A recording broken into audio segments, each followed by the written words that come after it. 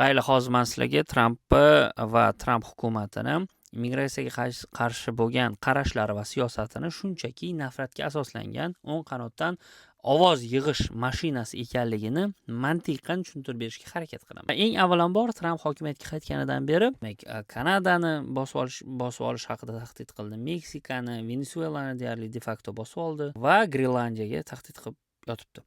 Ayni bitta xususan Venesuela deylik. Venesuelani deylik, hozir AQShni bir qismi sifatida demak okkupatsiya qilamiz deb tasavvur qilsangiz, aynan siz deport qilaman deb yurgan odamlar AQSh fuqarosiga aylanadi, to'g'rimi? Necha millionlab odam, 30 millionmi adashmasam, AQSh fuqarosiga aylanadi. To'g'ri, siz yer resurslari bilan olasiz, lekin aynan siz hozir nafratlanib deport qilishga harakat qilib yurgan taxminan Amerikada 10 million noqonuniy, ya'ni hech qanday hujjatsiz, statusi bo'lmagan muhojirlar bor deyshadi.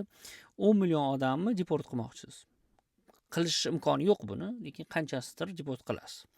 Lekin boshqa tomondan butun boshli davlatni egallagan holatda ayni o'sha davlatlardan juda ham ko'p qismi kelgan Venezueladan, Meksikadan shularni siz bosib olmoqchisiz. Bu qaysi mantiqqa to'g'ri keladi? Endi boshqa tomondan qaraydigan bo'lsak, demak, green card hozir to'xtatildi, lekin green card har yili Amerika green card orqali deylik minglab odamlarga Amerikaga kelishi ta'minlagan. Nimaga kerak bo'lgan Amerikaga bu narsa? Chunki iqtisodiyotini ayni bir bo'g'inlaridagi ish o'rinlarini to'ldirish uchun. Chunki amerikaliklarning juda ham ko'pchiligi qilmaydigan ishlarni aynan shu insonlar kelib qilishadi. Deylik, O'zbekistondan kelib trak haydaydiganlar ham xuddi shu misolidan. Ya'ni juda ham aslida trak haydash juda ham qiyin kasb. Lekin puli yaxshi bo'lganligi uchun aynan shu muhojirlar kelib shu sohaga o'zini uradi.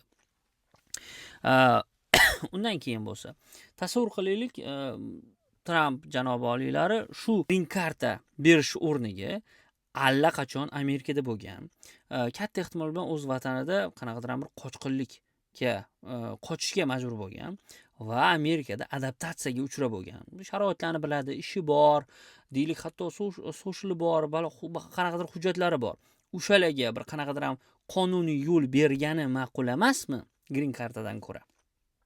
To'g'ri, sizlar aytishingiz mumkin, qonunni buzib kirdi-yu deb. Lekin qonunni buzib kirgani bilan o'zlari ham xalqaro huquqqa tupurib qo'yganlar-ku. O'zlari ham ichki qonunlarga tupurib qo'yganlar-ku. O'zlari ham ICE orqali deylik, masalan, inson huquqlarini hozir poymol qilib yuribdilar-yu. Hozir nechta deylik video, audio materiallar chiqadi. 4 yoshli bolalarni ushlagan.